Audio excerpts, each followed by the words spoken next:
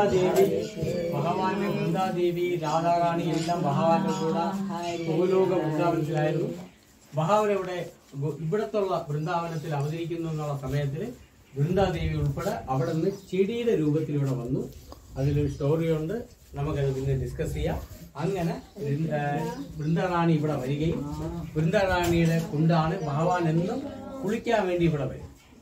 അപ്പോ വൃന്ദാറാണിയും ഭഗവാനും തമ്മിലുള്ള ലീല ആരും അറിയുന്നില്ല, രാധാറാണി പോലും അറിയുന്നില്ല. അങ്ങനെ ഭഗവാൻ എല്ലാം വളരെ ശാശ്വതമാക്കിയുള്ള ലീലകളാണ് ഇവിടെ നടക്കുന്നത്.